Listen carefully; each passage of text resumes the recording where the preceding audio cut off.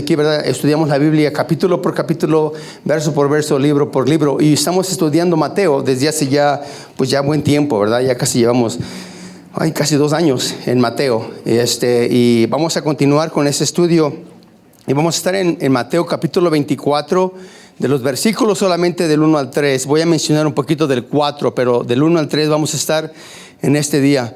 En esta porción, ¿ok? Vaya ahí por favor y voy a hacer una breve oración y vamos a ir a la palabra de Dios. Ok, vamos a iniciar una serie, hermano, de estudios en estas semanas porque van a ser varias. Vamos a estar estudiando el capítulo 24 y el capítulo 25. Pues vamos a ir a Mateo capítulo 24, como les decía, y vamos a estar estudiando una serie de estudios en estos 2 capítulos, 24 y 25. De hecho, muchos se conocen, estos 2 capítulos se conocen como el discurso de los olivos. Así se conocen esos 2 capítulos, el discurso de los olivos. ¿Cuál es la razón por la cual se conoce como el discurso de los olivos? Pues muy sencilla. El Señor Jesucristo da este sermón desde el monte de los olivos a sus discípulos. Por eso es que lleva este nombre, ¿verdad? Y el tema general que vamos a ver en estos 2 capítulos, 24 y 25, el tema general va a ser la segunda venida de Jesucristo. La segunda venida de Jesucristo.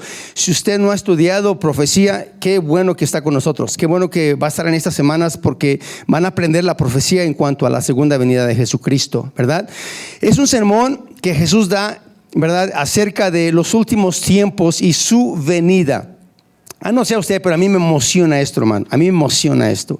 Hay 2 cosas que a mí me llaman mucho la atención y me emocionan y me da mucho gusto leerlas, el saberlas, el compartirlas, ¿verdad? Primeramente, conocer a Jesús, la vida de Jesús. Me encanta conocer la vida de Jesús. Quiero saber quién es Jesús, más y más y más. ¿Quién es Jesús? ¿Quién es mi Salvador? ¿Quién es mi Mesías?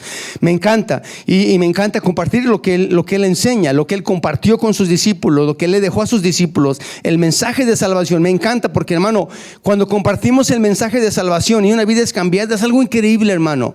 Es el milagro más grande que puede ocurrir en un ser humano. Que llegue Jesús a su vida y se ha cambiado y transformado. Y deje todo lo que le hacía daño, todo lo que estaba mal en él y lo hace una persona nueva, como dice Corintios, ¿verdad? Para mí es el milagro más grande. Más que sanar a alguien de un cáncer, más que, hermano, levantar a alguien de la muerte, ¿verdad? O sea, es algo increíble el que una persona sea cambiada y transformada. Muchos dicen con un simple mensaje, porque la Biblia es simple y sencilla, pero es un mensaje, hermano, como dice el Evangelio, ¿verdad? Como dice Romanos, 1:16, que dice que es el poder de Dios, hermano. El poder de Dios. Me encanta. Y la profecía es el segundo tema que me encanta de la Biblia. Me encanta la profecía y especialmente la segunda venida de Jesucristo. ¿Sabe por qué? Porque yo quisiera que fuera hoy, ¿verdad? Que Jesús viniera hoy, hermano. Imagínense, si Jesús viene hoy, se acaba todos los problemas que tenemos, hermano. Ya no tengo que pagar mi casa ni mis carros, nada, hermano, nada. La deuda ahí se queda, hermano, ¿va? Pero dice mi hija, papá, pues deja que me case de perdida, papá, ¿verdad? Pero, ¿qué va a importar cuando ya estemos con Jesús, hermano? Nada en lo absoluto. Cuando estamos con Él, hermano, es algo increíble. No sé si usted ha experimentado, pero a veces venimos con tantas cargas y llegamos a la iglesia, hermano, y venimos aquí y sentimos un descanso, un respiro, hermano. Porque es lo que hace, ¿verdad?, estar en la presencia de nuestro Dios. Y esto es exactamente, hermano, que vamos a ver en este capítulo 24 y 25. ¿Cuántas semanas vamos a estar aquí? Estacionados, no lo sé. Pero a mí se me hace que van a ser varias semanas. Perdón. Y va a ser algo muy hermoso. Esta pregunta que hacen los discípulos es muy simple y sencilla según ellos.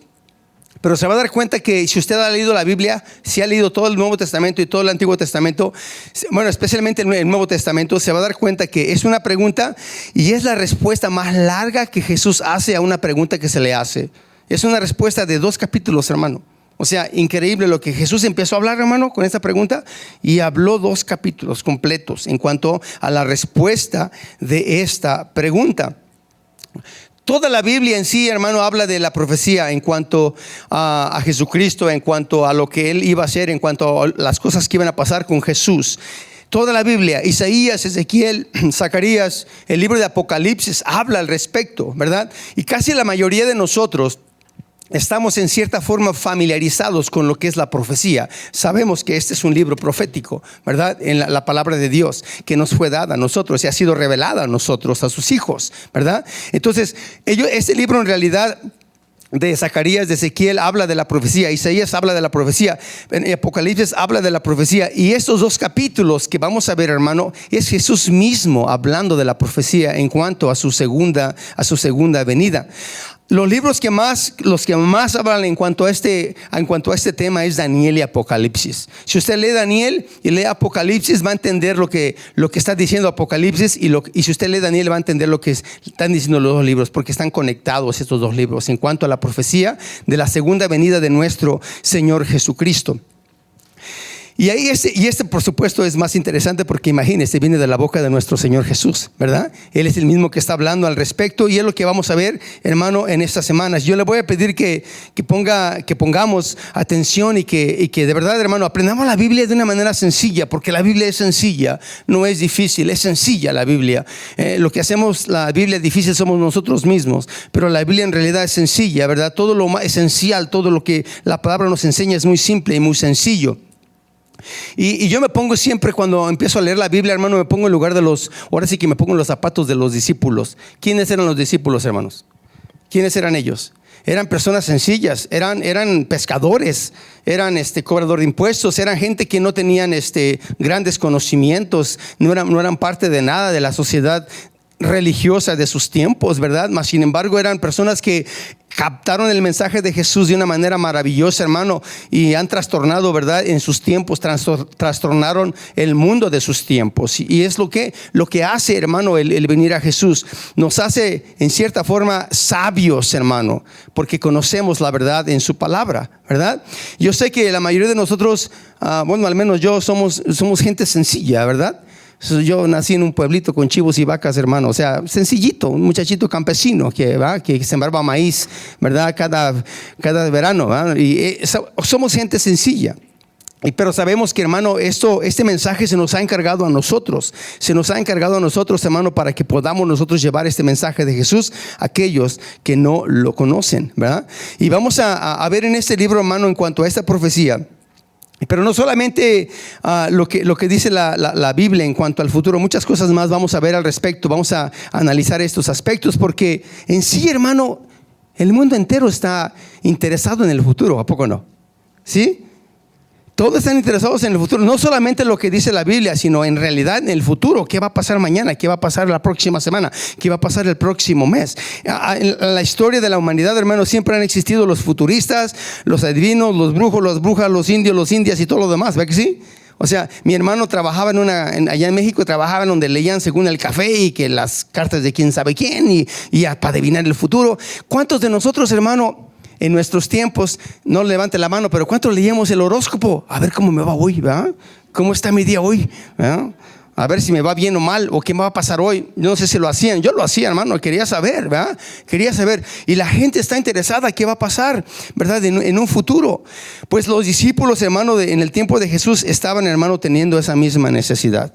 En este tiempo, hermano, porque ellos estaban siendo oprimidos, ¿verdad? Ellos estaban siendo oprimidos y veían el futuro, hermanos, y la esperanza, y venían, hermano, que venía su libertad prontamente, porque estaban a un lado de el Mesías, porque ellos ya lo habían aceptado como Mesías. Ese grupo de discípulos ya estaba con ellos y estaban entusiasmados, estaban felices. Es decir, hermano, ellos conocían, por así decirlo, su escatología.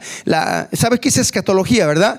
Si no sabe, yo te la explico, ¿verdad? Escatología viene de la palabra escatos, no son gatos, escatos, ¿verdad? Es que es griego, ¿verdad? Se oye como gatos, pero es escatos, que quiere decir el estudio de los últimos tiempos. Bien sencillo, ¿va? El estudio de los últimos tiempos es lo que es la escatología. Su historia en cuanto al pueblo de Israel siempre es esta: habían sido perseguidos, oprimidos, exiliados. Si usted lee todo el Antiguo Testamento, se va a dar cuenta de lo que estoy hablando. Pero el Antiguo Testamento también habla de las promesas a su pueblo, ¿verdad? Que vendría alguien, dicen las promesas, como David, ¿verdad? Como David, no David, sino alguien como David, de su linaje, ¿verdad? Ellos veían en el futuro, hermano, ellos veían su restauración, ellos veían el reinado del Mesías, como vuelvo a repetirles, no es porque lo adivinaban, sino porque estaban las profecías en el Antiguo Testamento. Es lo que ellos leían, es lo que ellos entendían. Seguro que se acordaron, usted también se ha de acordar de Isaías 9, capítulo 9, versículo 6, cuando dice el profeta Isaías: porque un niño nos es nacido, hijo nos es dado, y el principado sobre su hombro, y se llamará su nombre Admirable, Consejero, Dios fuerte, Padre eterno, Príncipe de paz. Ellos conocían esta porción y anhelaban, hermano, la llegada del Mesías y su reinado, como cuando nosotros éramos chiquitos y anhelábamos que llegara la Navidad, ¿verdad? Bueno, yo no la Navidad, yo los Reyes Magos. En México eran los Reyes Magos. Ay, en México sí, los Reyes Magos, a mí me encantaba. Aunque siempre me daban lo que querían los malvados Reyes Magos, ¿verdad? Yo ordenaba algo y me daban otra cosa, hermano, siempre, ¿verdad? Pero lo que quiero decir es esto: nos emocionábamos. Y ellos, hermano, de la misma manera, ellos anhelaban la llegada del Mesías y su reinado. Anhelaban esto, como lo decía Jeremías, como lo decía Zacarías, ¿verdad? Anhelaban que llegara, hermano. Y ellos veían en esos momentos. Yo quiero trasladarlo hasta esos momentos donde está Jesús, donde están sus discípulos, donde están en el tiempo de Jesús. Ahí vayas en este momento, en el primer siglo, ¿verdad? En el primer siglo.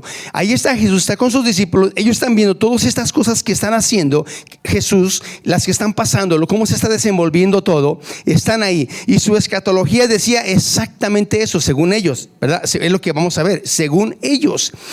Todo lo dicho por el profeta, hermanos, por los profetas, se veían reflejados en la persona de Jesús.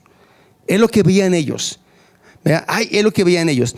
No sé si usted, la otra vez le dije que le dejé de tarea que estudiara la historia del pueblo de Israel, pero hay muchos libros que no son inspirados por Dios. Hay muchos libros que no son inspirados por Dios, que no son del canon bíblico, ¿verdad?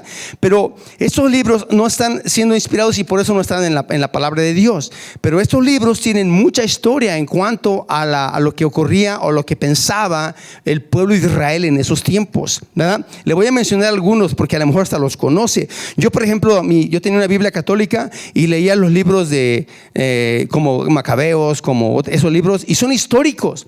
Hay riqueza histórica en algunos de esos libros en cuanto a ¿cómo se dice? A lo que era el carácter judío de esos tiempos, cómo eran los judíos. Hay otros libros como el libro de Enoch, vuelvo a repetir, que no son inspirados bíblicamente, sino son solamente y contienen la historia judía, como el libro del Enoch, la suposición de Moisés, el libro del jubileo, la ascensión de Isaías, el cuarto libro de Esdras, el Apocalipsis de Baruch, los secretos de Enoch, entre otros libros, ¿verdad? Había en esos libros y había mucha riqueza en cuanto a la cultura judía.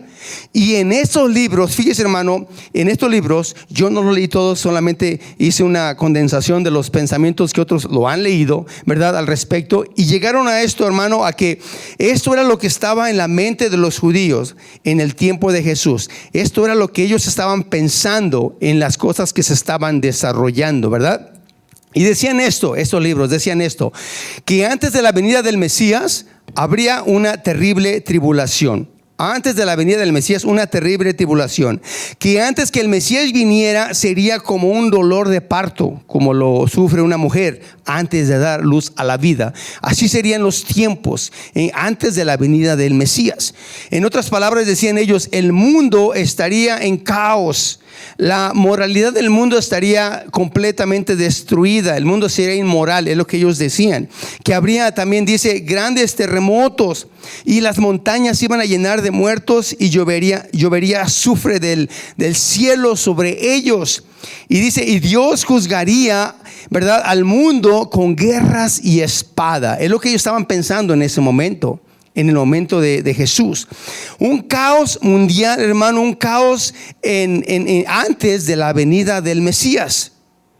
Luego entonces, según ellos, antes de la venida del Mesías iba a haber una gran confusión, un gran caos. Y otros libros dicen que También dicen esto en cuanto a su escatología. Dicen que aparecería un precursor, un heraldo, anunciando la inmediata venida del Mesías. Y sería ese heraldo, sería como Elías.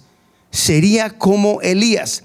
Así como no es David el Mesías, alguien como David, el heraldo, el que anunciaría la venida del Mesías, sería alguien como Elías, ¿verdad?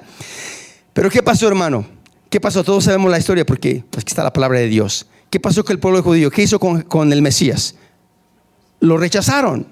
Vuelvo a decir lo mismo que lo dije la semana pasada.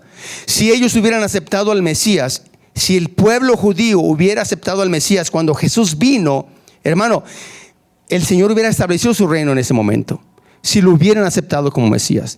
Pero todos sabemos que lo rechazaron. Rechazaron al Mesías. Y su reinado, ¿qué pasó con su reinado? Se pospuso, por así decirlo. Se pospuso, ¿verdad? Por tanto, debe de haber alguno otro, dicen, ¿verdad? Decían estos escritores, como Elías antes de su segunda venida. Pero ellos estaban pensando el momento. Acuérdense, ellos estaban pensando lo que estaban viendo, lo que estaba pasando en esos momentos en medio de ellos, ¿verdad? Ellos tenían a Jesús a un lado, ¿verdad? Ellos tenían toda la profecía a un lado. Ellos sabían todas estas cosas. Y según también dicen otros que las naciones enteras se juntarían para luchar contra el Mesías. Y el cuarto libro de Esdras, que dice que es un libro que no es inspirado por Dios, ¿verdad? Pero tiene historia, dice que el Mesías va y destruye a todas las naciones. Con eso que les acabo de decir, ¿qué les suena a usted? Como que habían leído qué cosa, hermano. Parece que habían leído Isaías o más bien no lo entendían. Isaías no lo entendían en su plenitud. Porque si usted lee Isaías y a lo mejor le van a quedar, ¿y esto qué significa? ¿Y esto qué es esto? ¿Y qué es esto? ¿Y por qué le dice esto? ¿Y qué es esta profecía? Si usted lee Isaías solamente. Pero si usted lee Apocalipsis, ahí están las respuestas. Ahí están las respuestas a la profecía. Pero lo importante de todo esto, de lo que les acabo de decir, de esos libros que son solamente históricos, lo importante de todo esto es de que ellos no tenían el Apocalipsis terminado todavía. O sea, el Apocalipsis todavía no lo escribían, todavía no se escribía el Apocalipsis. Pero en su mente y lo que estaban pensando, decían, hermano, todas estas cosas que iban a pasar exactamente como lo dice el libro de Apocalipsis antes de la segunda venida de nuestro Señor Jesucristo. Porque habrá una gran tribulación antes de la venida del Señor Jesucristo. Así lo dice Apocalipsis, ¿verdad? 7 años, ¿verdad? Es lo que dice la palabra de Dios. Y ellos, hermano, pensaban de esta manera. Así estaba su escatología, ¿verdad? Que vendría entonces la renovación de Jerusalén después de estas cosas. La ciudad iba a ser purificada, renovada, y el milenio del Mesías se iba a establecer. Jerusalén, hermano, iba a ser un gran reino. La tierra de Palestina iba a ser la capital del mundo. Y así, hermano, ellos creían, ellos pensaban, y esto estaba en sus mentes. Ellos creían que previo a la venida del Señor Jesucristo, todas esas cosas se iban a desenvolver. Todo lo que acabo de mencionar, ¿verdad? La tribulación, la dificultad, el tiempo difícil, el apuro, ¿verdad? Y que esto iba a encaminar a la venida del Mesías. Y cuando el Mesías apareciera, ¿verdad? El mundo iba a estar contra él y él mismo derrotaría a todos aquellos adversarios. Ahora le voy a invitar a algo, que me siga con cuidado esta porción, por favor. Siga con cuidado, ¿ok? Pensamos de esta manera. Lo que ellos estaban pensando en esos momentos, siguiendo ese pensamiento, hablando al respecto de esto, ellos mismos, fíjese, ellos mismos, el pueblo judío en ese entonces, ellos mismos se habían sentido perseguidos y estado en gran tribulación ya por un largo tiempo. ¿Y sabe por qué le digo esto? Me explico. Iniciando con los persas, que fueron, hermanos, los que primeramente, ¿verdad?, asolaron al pueblo de Israel, los persas. Después fueron los griegos los que fueron contra Israel. Y por último los romanos, lo que está viviendo en estos momentos el pueblo de Israel en ese momento de Jesús, cuando él estaba ahí. Entonces ellos pensaban que ya por un largo de tiempo ya estaban en gran tribulación. Ellos veían, hermano, la opresión del imperio romano como el tiempo de la tribulación. Y luego, ¿quién aparece en la escena? ¿Quién aparece en la escena antes del Mesías? Juan el Bautista. ¿Se acuerda? Juan el Bautista aparece y ellos decían, este es alguien como Elías. Este es alguien como Elías. Aparece Juan el Bautista antes, hermano, que apareciera en la escena Jesucristo. Porque se acordará que Juan el Bautista decía: yo soy alguien que viene, ¿para qué? ¿Para qué vino Juan el Bautista? Para preparar el camino del Señor, ¿verdad? Entonces ellos pensaban que Juan el Bautista era aquel que iba a ser como Elías. Y luego llega Jesús y empieza a sanar enfermos, empieza a resucitar a los muertos, y hermano, empieza a darle de comer a multitudes, y empiezan a haber grandes señales, grandes maravillas. Todo lo que la profecía decía en Isaías 61, todo eso se estaba cumpliendo. No, hermano, estaban bien emocionados. Estaban, hermano, pero su corazón palpitando. Estamos viviendo estos momentos. Llega a Jerusalén el Señor Jesucristo montado en un burrito. Le dicen al Señor: bendito el que viene en el nombre del Señor. Y decían ellos: este es el Mesías. Ahora solamente, ¿verdad?, las naciones van a pelear contra él. Y ellos pensaban: y a los primeros que va a derrotar va a ser a los romanos. Es lo que pensaban ellos, es lo que estaba en sus mentes en ese tiempo, ¿verdad? Y destruirá a su imperio, va a purificar a Israel, echará fuera a los hipócritas y la falsa religión y la falsa adoración, y será glorioso, tal y cual como dice Ezequiel capítulo 40 hasta el 48 en la visión del templo que dice ahí Isaías. Es increíble, y Ezequiel, hermano, increíble lo que estaba en sus mentes. Y traerá, dice, a todos los judíos esparcidos por todo el mundo, y establecerá su reinado. Esto estaba en su cabeza, hermano. Es lo que estaban pensando ellos. Por eso cuando Jesús les decía: es necesario que yo vaya a la cruz, es necesario que yo vaya y muera en la cruz del Calvario, para ellos era algo que no podían entender. No les entraba en su cabeza, no aceptaban la idea de que su Mesías fuera a la cruz del Calvario. No lo aceptaban. No estaba en su escatología que ellos tenían. No querían que eso sucediera, ¿verdad? No podían entender que su Mesías fuera y muriera. Y no comprendían, hermano, cuando tampoco, ¿verdad?, cuando Jesús les hablaba de la resurrección, tampoco lo entendían. No lo entendían. Solo veían la gloria venidera. Solo veían que todo ya estaba en su lugar, y que lo único que faltaba que el Señor, hermano, empezara a destruir a todos sus enemigos. Es lo que pensaban ellos. ¿Sabe? Para nosotros es bien sencillo. Porque tenemos toda la Biblia.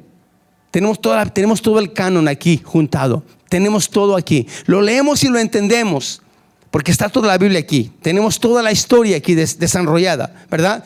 Pero ellos no lo tenían. Ellos no tenían la palabra de Dios como usted y yo la tenemos y la podemos entender. Ellos solamente pensaban en las profecías y cómo estaban las profecías y cómo se iban a desarrollar, ¿verdad? Y eso estaba en su cabeza. Él vino la primera vez y sabemos que va a volver. Nosotros sabemos que va a volver. No sé cuántos de ustedes piensan que va a volver. Yo pienso que va a volver el Señor, hermano, ¿verdad? Va a volver el Señor. Y entonces sí, hermano, será su segunda venida. Pero para ellos comprender esto era un gran misterio. Era un gran misterio, y no veían el elemento del tiempo. No veían ese elemento del tiempo, que habría un tiempo que pasar hasta que viniera su segunda venida. Estaba escondido para ellos. Yo sé que para nosotros no. Ellos solamente veían la manera en como los profetas decían las profecías en ese momento, pero pensaban: este es el tiempo del Mesías, es el tiempo de nosotros, hermano. Y es lo que vamos a estar estudiando en estas semanas en cuanto a las cosas que vamos a ver en el capítulo 24 y 25. Pero antes de hacer esa transición, hermano, quisiera que vayamos un poquito más atrás para hacer esa transición de estos dos capítulos, ¿verdad? Para que podamos entender. Yo quisiera poner en este día, hermano, como buenas bases. Yo sé que a lo mejor se les hace tedioso, ¿verdad? Pero la profecía es buena. Yo no sé usted si no se emociona. Yo me emociono mucho con la profecía, hermano.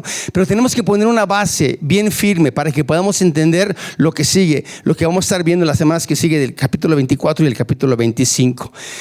Acordémonos de algo. Mateo 23, versículo 38 y 39. Mateo 23, versículo 38 y 39.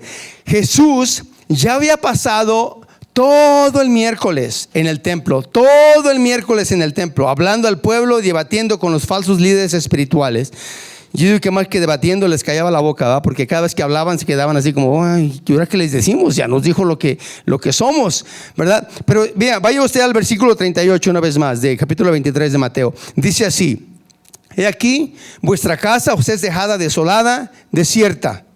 Vuestra casa es dejada desolada y desierta. Y el 39 dice: porque os digo que desde ahora no me veréis, hasta que digáis, bendito el que viene en el nombre del Señor. Como ya dije la semana pasada, bendito el que viene en el nombre del Señor es un título mesiánico del Mesías, ¿verdad? Lo exclamaron el lunes cuando entró en la semana de la Pascua. Esos versículos, hermano, los discípulos lo escucharon. Vuestra casa os es dejada desolada. La próxima vez que me vean será cuando venga en mi gloria. Eso fue lo que dijo Jesús. Ahora, ¿cómo lo entendieron los discípulos cuando dijo esto? ¿Cómo lo entendieron los discípulos? Oh, hemos estado en la tribulación. Elías ya vino. Aquí está el Mesías. Eso es todo. Así lo entendieron ellos. Así lo entendieron ellos.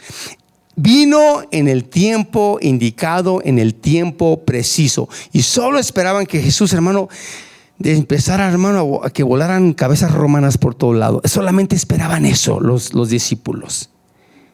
Y la pregunta surge en el versículo 3 del capítulo 24, cuando dice: ¿cuándo serán estas cosas?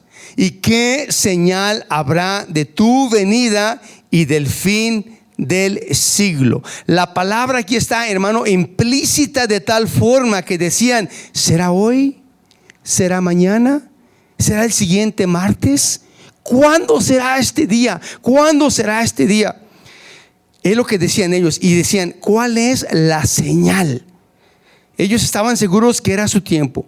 Estaban seguros que el fin del siglo había llegado. ¿Cuál será la señal? Ahora sí, mire, el versículo 1 del capítulo 24, y vamos a leer un poquito del versículo 2 también, dice así: cuando Jesús salió del templo y se iba, se acercaron sus discípulos para mostrarle los edificios del templo. Respondiendo él, les dijo: ¿veis todo esto? ¿Veis todo esto? Acordémonos de algo. Ellos iban saliendo del templo. El Señor acabó de hablar con los dirigentes, con los religiosos. Salieron del templo juntos, se fueron caminando e iban pasando por el templo y veían las grandes construcciones del templo. Ahorita voy a dar un poquito de hablar de esto del templo, cómo estaba el templo. Pero ellos iban saliendo y lo que escucharon ellos: su casa será desolada. Dijo él: ya no es mi casa. Ya no es mi casa, ya no es la casa de mi padre, es su casa, y su casa será desolada. Es lo que estaba en su cabeza de ellos, escuchando lo que Jesús iba diciendo, ¿verdad? Aquí cuando habla de la palabra desolada, que ya lo dije creo la semana pasada, habla de la palabra escabot, que significa, ¿verdad?, abandonada en ruinas. Es lo que significa. O sea, Jesús realmente le dijo: ahí se quedan solos, yo ya me voy. Se quedan solos, completamente solos. Es lo que significa. Y no veían, hermano, no veían nada más que la gloria de Dios. Los discípulos iban caminando con él. Y esta pregunta como que les quedó en la cabeza. Dicen: ¿por qué dijo esto? ¿Por qué dijo esto? ¿Verdad? Y yo otra vez me pongo en la misma, ¿cómo decir? En la vida de los discípulos. Gente sencilla, gente del vulgo. Era gente que no tenía mucho conocimiento. Pero decía: ¿cómo es posible esto? Hermano, yo cuando era chiquito, yo viajaba a la Ciudad de México. Yo estudié la primaria y la secundaria en un pueblito bien chiquito, ¿verdad? Y cuando iba yo a la Ciudad de México de visita a mi hermano, porque ahí vivía mi hermano, veía, hermano, todos los edificios. Dios mío, ¿ah? Allá, hermano, las casas eran, la casita que tenemos era de adobe, pero llegaba yo al DF y todos los edificios bien grandotes. Y mi hermano me llevó a subir a una torre que se llama la Torre Latinoamericana, hermano. Hasta miedo me daba asomar, mi hermano estaba tan altísimo, hermano. Y digo: wow, increíble, ¿verdad? Edificios, me quedaba así. Y los discípulos, como era gente sencilla, hermano, también vivían de una manera pues sencilla. Veían el templo, hermano, y decían: wow, qué construcción tan grande. Qué hermosa construcción, ¿verdad? Qué hermosa. Yo no he ido a Jerusalén, pero he visto documentales, hermano, en cuanto a lo que fue el templo, ¿verdad? En ese tiempo, hermano, era una maravilla el templo en el que vivía Jesús, en los tiempos de Jesús. Era una maravilla, era una hermosura ese templo, hermano. Para iniciar, estaba encima de una montaña. La construcción era tremenda. Y eran un gran edificio, un gran edificio. Las famosas estas, como le llaman aquí en inglés, las retaining walls, que son los, no sé, y yo busqué la palabra, pero me hice como un poquito como bolas, pero yo les puse muros de contención. ¿Está bien? ¿Sí? Muros de contención, eran enormes los muros de contención alrededor de toda la montaña. Porque ¿qué pasaba, hermano? Si esos muros no estuviesen, la tierra se iba a deslavar en las lluvias y el templo se iba a caer, ¿verdad? Pero ellos pusieron unas grandísimas paredes de retención. Y ¿sabe qué? La gente que va a Israel es lo que ve. Es lo que ve solamente lo que quedó de esa porción, de esos muros de retención y parte de la pared que rodeaba el templo, ¿verdad? Pero todo lo que estaba en el templo en el año 70, ¿verdad? En el año 70 el emperador Tito destruyó todo por completo, hermano. Todo en el año 70 después de Cristo, ¿verdad? Todo por completo, completamente lo tiró todo. Y ellos, hermano, al ver todo esto, ¿verdad? Al ver todas las estructuras, hermano, el templo, de hecho, hermano, aquí puse en mis notas, ese templo, en el pináculo hasta arriba del templo, fue donde Satanás llevó a Jesús a tentarlo y le dijo: aviéntate y tus ángeles van a venir y te van a cachar, ¿va? No te vas a morir, ¿va? Y lo tentó de esa manera. Pues es que era un pináculo tan alto y estaba sobre un abismo. O sea, estaba tremendo eso. Una tremenda construcción. Y los discípulos caminaban con Jesús, hermano, a la puesta del sol. Imagínense cómo se vería ese escenario, esa maravilla, esa construcción. Y también habla de edificios, ¿verdad? Porque en Marcos 13:3 dice que eran grandes edificios. En Lucas 21:5 dice que el templo estaba adornado de hermosas piedras y lleno de tesoros que el mismo pueblo traía. Era, hermano, una maravilla aquello, hermano, una maravilla. ¿Sabes qué era lo malo? De que fue construido por Herodes, y Herodes no era judío, hermano. Eso no les gustó, pero él lo construyó, ¿verdad? Y cuenta Josefo, fíjese cómo cuenta Josefo, el historiador. Dice: llegaban a medir, fíjese nada más la construcción, las piedras llegaban a medir 40 pies por 12 pies de ancho y 12 pies de alto. Unas piedronononas, hermano. No sé si usted se familiariza con los pies, pero está larga. 40 pies es más alto que una casa de 2 pisos, ¿verdad? Eran piedronas tremendas. Una sola piedra, hermano, pesaba entre 200. ¿Cuánto le puse aquí? Pesaba, hermano, de 200 a 300 toneladas. O sea, eran tremendas, eran pesadísimas, ¿verdad? La otra vez mi hermano Jorge llevó unas piedras, hermano, no eran toneladas, pero sí cuesta cuando están grandes, ¿verdad, hermano? Tan grandes. Y había piedras que hasta medían hasta 85 pies. Era una construcción tremenda, hermano. Yo me sorprendo saber, no tenían tanta cosa, maquinaria ni nada. ¿Cómo le hicieron, hermano? ¿Cómo le hicieron? Es algo increíble, hermano. Por eso le decía, el templo en el tiempo de Jesús era una maravilla, hermano. Y los discípulos pensaban en eso que Jesús iba platicando con ellos. ¿Cómo podrá tirar y destruir todo esto? ¿Cómo será posible? ¿Cómo será posible? Y salieron del templo como moviendo la cabeza, rascándose la cabeza. ¿Cómo le hará? ¿Cómo le hará? Y dice el versículo 2, respondiendo él les dijo: ¿veis todo esto? ¿Veis todo esto? De cierto os digo que no quedará aquí piedra sobre piedra que no sea derribada. Ni siquiera les dio la oportunidad de hacer esta pregunta. Jesús les respondió lo que estaba en sus cabezas, en sus pensamientos. Porque Dios conoce nuestros pensamientos, ¿verdad? Él conoce lo que pensamos, Él conoce nuestras actitudes, Él sabe todas las cosas de nosotros, Él sabe, hermano, todas las cosas. Y yo sé que en estos momentos se quedaron sorprendidos. Wow, ¿cómo sabía que queríamos saber eso? ¿Cómo sabía? ¿Y cómo es posible? ¿Cómo es posible? Pero tal y cual como ya les dije, en el año 70, hermano, todo se vino abajo y todo quedó como plano, hermano, plano. Construyeron encima de lo que se tiró, prácticamente. Increíble, increíble. ¿verdad? Pero todavía hasta este punto los discípulos iban emocionados pensando, hermano, que era su momento, su escatología estaba correcta, que ese era el tiempo del fin de los siglos y que pronto, hermano, el Señor les iba a mostrar eso. Va a restaurar y va a construir una nueva Jerusalén. Todo va a ser renovado, ¿verdad? Y ya vino el que preparó el camino del Señor. El Mesías está aquí con nosotros. Se llenaron de esperanza. Se llenaron de esperanza. Y se van caminando al lado de la montaña del templo hasta llegar al monte de los olivos. Y fíjese lo que dice Marcos 13:1. Marcos 13:1.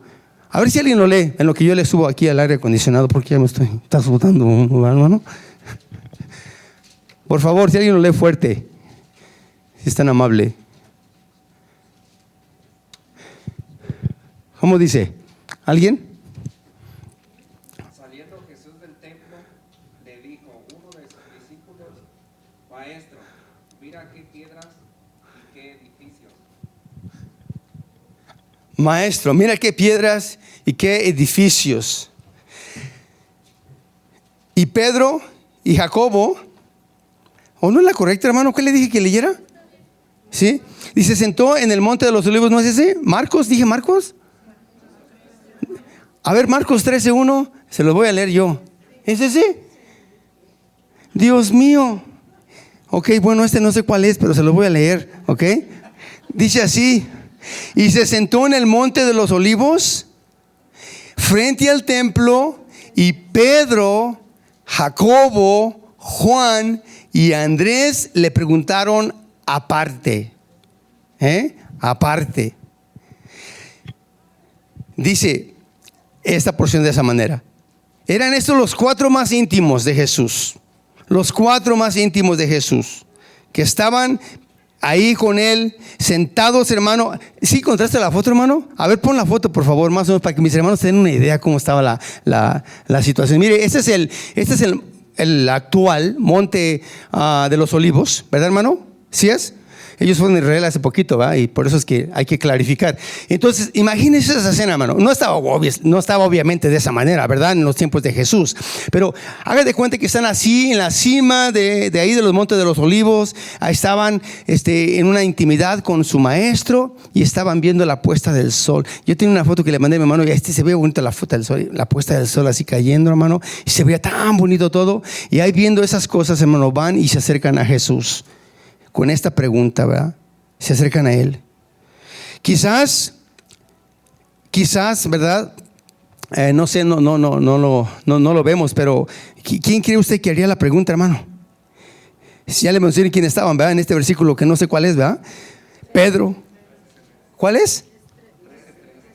13:3. Pues estaba cerca, ¿verdad? Nada más que el dedo le falló aquí, le puse 1, ¿verdad? 13:3 estaba Jacobo, Pedro, Juan y Andrés. ¿Quién cree que, pues quién más, hermano? Pedro, ándale, Pedro, ¿verdad? Le dieron su codazo, ándale, Pedro, pregúntale al Señor. Ya estamos en ese momento, queremos saber de sus labios, ¿verdad? Estas cosas. Este es el momento, Pedrito. Esta es la pregunta que siempre habías esperado, ¿verdad? Y ahí va Pedro y le pregunta, ¿verdad? Estaban ahí sentados en ese monte. Es lo que dice esta porción. Y estamos sentados en el monte de los olivos. Se acercaron los discípulos aparte diciendo: dinos, dice, ¿cuándo serán estas cosas? El versículo 3, volviendo a Mateo, perdón. ¿Cuándo serán estas cosas? ¿Y qué señal habrá de tu venida y del fin del siglo? Es lo que preguntaron. Estando sentados en el monte de los olivos, los discípulos se acercaron aparte y le preguntaron esto: ¿cuándo serán esas cosas? ¿Y qué señal habrá de tu venida y del fin del siglo? ¿Qué cosas? De las que acaba de hablar. La destrucción del templo, la desolación de Israel, la venida del Mesías en su gloria, ¿verdad? Repito, hermano, ellos estos 3 eventos, todo lo veían como un solo evento solamente. Ellos no veían el tiempo, no veían el tiempo en ningún momento, solamente veían todo como un solo evento, estas cosas. Y ansiosos estaban: ¿cuál será la señal, Señor? ¿Cuál será la señal? ¿Será oscuridad? ¿Será una luz brillante? ¿Serán trompetas? ¿Será un ángel? ¿Cuál será la señal? Es lo que ellos estaban entusiasmados y querían saber, ¿verdad? Querían saber. De hecho, hermano, después de la resurrección, una vez más exclamaron esta emoción. Si usted va a Hechos capítulo 1, versículo 6, Hechos capítulo 1, versículo 6, dice así, y creo que esta sí la escribí correctamente. Entonces dice: los que se habían reunido le preguntaron diciendo, esto es después de la resurrección, antes que el Señor ascendiera. Entonces los que estaban reunidos le preguntaron diciendo: Señor, ¿restaurarás el reino de Israel en este tiempo? En este tiempo, ¿verdad? Ahora es el tiempo. Otra vez, hermano, emocionados querían saber. Porque ¿cómo quedaron los discípulos cuando mataron a su Mesías, hermano? ¿Cómo quedaron los discípulos? Todos se quedaron devastados. Se quedaron, hermano, dolidos. Se quedaron sin la esperanza que tenían en su Mesías. Después de que lo llevaron a la cruz, Jesús quedó solito en la cruz del Calvario. Todos lo dejaron, incluyendo sus seguidores. Su vida quedó mal, hermano. Se sintieron mal. Y cuando ellos volvieron a verlo, hermano, resucitado, otra vez la lucecita empezó a brillar y le volvieron a preguntar lo mismo: ¿será hoy, Señor? ¿Será hoy que vas a establecer tu reino? Ese era lo que ellos deseaban saber. Ese era su interés, ¿verdad? Una vez más, hermano, una vez más. Ellos desde antes sabían estas cosas. Ellos pensaban que las cosas del reino de Dios se iban a establecer de inmediato, hermano, de inmediato. Fíjese lo que dice Lucas capítulo 19, versículo 11. Lucas 19, 11 dice: oyendo ellos estas cosas, prosiguió Jesús y dijo una parábola. Por cuanto está cerca de Jerusalén, y ellos pensaban que el reino de Dios se manifestaría ¿cuándo? Inmediatamente. Ellos anticipaban, hermano, que este evento ocurriría pronto. Estaban bien entusiasmados. Y entre más Jesús hablaba de estas cosas, sentían, hermano, que era el tiempo señalado. ¿Me entienden, hermano? Es lo que estaba en su cabeza de ellos al estar con Jesús. Ahora, hermano, con este pensamiento que tenemos de ellos, que quede en nuestra mente, cómo pensaban ellos: ahora es el tiempo del reino, ahora es la segunda venida, ahora es el juicio, ahora va a establecer su reino, ahora será la gloria de nuestro Mesías. Entramos a este capítulo 24, hermano, para entender las respuestas que tenemos al respecto. ¿Y qué les dice Jesús en este capítulo 24 al iniciar, hermano? Les dice: muchachos, brothers, los voy a desilusionar. Ahora no es el tiempo. Ahora no es el tiempo. Están equivocados. Ahora no es el tiempo. Este es el propósito por el cual, hermano, vamos a estudiar el capítulo 24 y 25. Este es el propósito de estos dos capítulos. Regresemos por un momento más a Mateo. Vamos a analizar algo interesante. Vamos a analizar la palabra venida. ¿Cuándo será el tiempo de tu venida? Porque preguntaron: ¿cuál será la señal de tu venida? ¿Cuál será la señal de tu venida? Quizás alguien piensa: pues está hablando de su segunda venida. Pero no es así, porque ya vimos que ellos pensaban en que el tiempo era en ese momento. Ellos no podían distinguir el lapso de tiempo que tenía que pasar. No, ellos no podían distinguir eso. Ellos pensaban que estaba pasando las cosas en ese preciso momento. Y al decir el Señor estas cosas, hermano, que les va a responder, hermano, se van a quedar sorprendidos ellos mismos. De hecho, hermano, de hecho, Judas fue el que traicionó a Jesús. Judas estaba con ellos. Estaba bien entusiasmado también. Pues dice: yo de aquí voy a sacar algo, ¿verdad? Imagínense, somos discípulos del rey. Siempre Judas pensaba en la lana, ¿verdad? Siempre pensaba en la lana. Y ahí estaba. Pero cuando escuchó esto, hermano, se desilusionó re feo. Ah, caray, él no es. Ese no es el tiempo. Por eso es que después digo, fue que hizo lo que hizo, ¿verdad? Se desilusionó tanto que dijo: no, pues mejor lo entrego y saco una lana, ¿verdad? Y es exactamente lo que hizo Judas. Es exactamente, porque se desilusionó totalmente. Gracias a Dios que los otros 11 no se desilusionaron, ¿verdad? Porque ya sabemos la historia. Los otros 11 siguieron adelante, hermano, predicando la palabra del Señor. Pero en este momento, hermano, ellos estaban pensando esto y solo veían este evento, solamente veían este evento y no podían ver más allá. No podían ver más allá. Usted y yo, como le vuelvo a repetir, tenemos la profecía desde el Génesis hasta Apocalipsis, sabemos todo, conocemos, pero para ellos era un misterio. ¿Cuándo serán esas cosas y cuál será la señal? Esta era la pregunta. ¿Cuándo establecerás? Como diciendo, la palabra venida, hermano, no se la voy a explicar en griego, pero la palabra venida habla de una totalidad. ¿Cuándo será la totalidad que tú vas a venir y a establecer tu reino? Es lo que le están diciendo. ¿Y qué responde Jesús? Vaya conmigo, capítulo 24, versículo 4 de Mateo.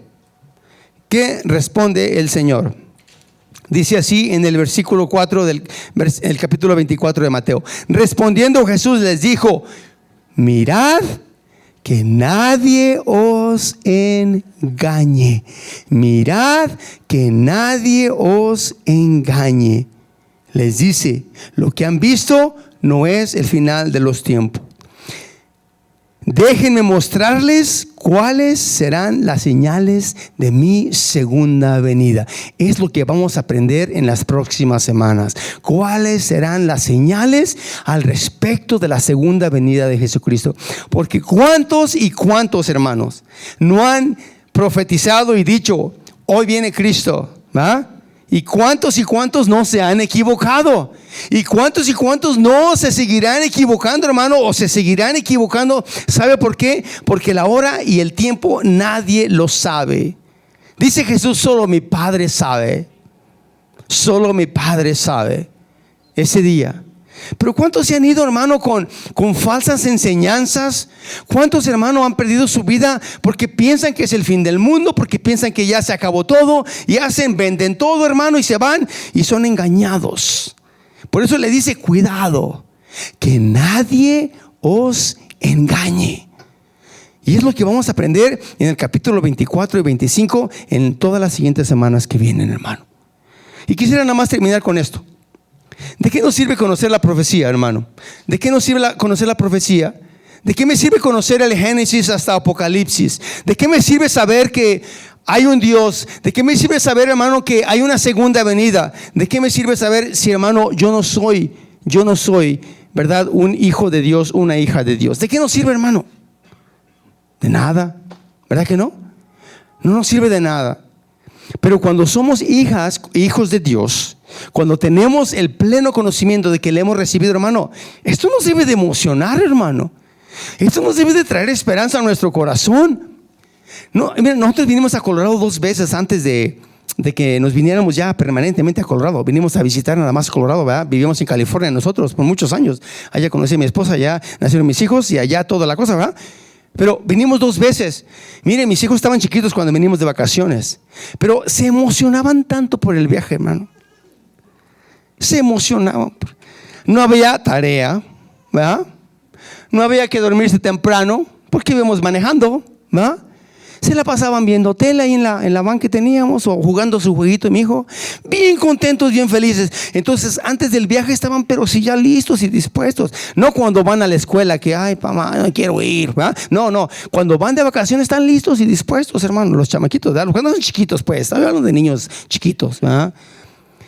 Así nosotros debemos de estar, hermano. Nosotros debemos estar así como estamos, hermano, solamente esperando que se llegue la hora de ese viaje. La hora que se llegue de ese viaje, cuando digan, ahora que nos vamos, ir, hermano, ese día hasta se levantan temprano los niños, ¿a poco no? Ni problema tenían, hermano, ¿va? Así nosotros debemos de estar entusiasmados. Hermano, así como los discípulos estaban, así debemos de estar nosotros, pensando que el Señor puede venir en cualquier momento. La pregunta es, ¿estás listo o no estás listo? ¿Ya tienes tus maletas empacadas? ¿Ah? Ya está la maleta lista. Por si viene hoy, ¿qué ole? ¿Te vas o te quedas? Esa es la pregunta.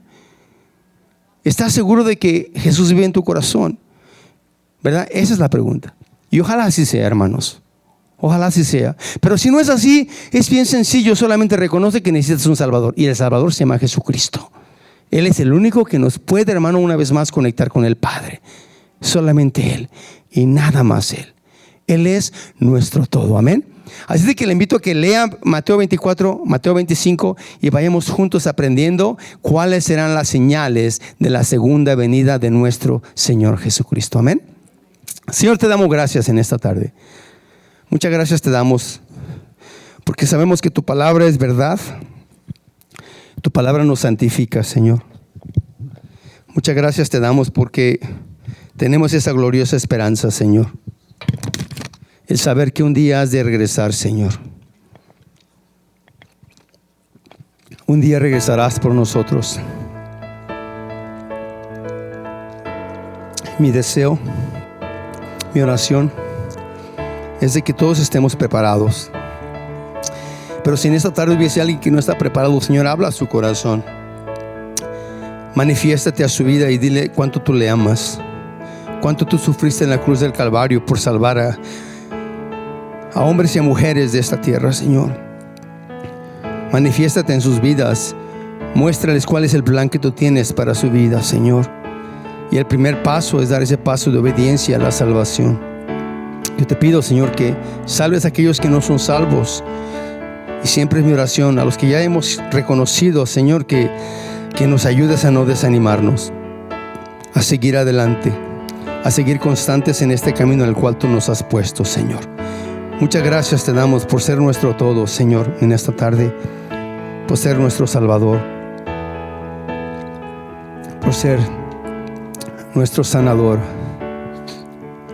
y aquel Rey que viene pronto por nosotros. Te damos gracias en el nombre precioso de Jesús.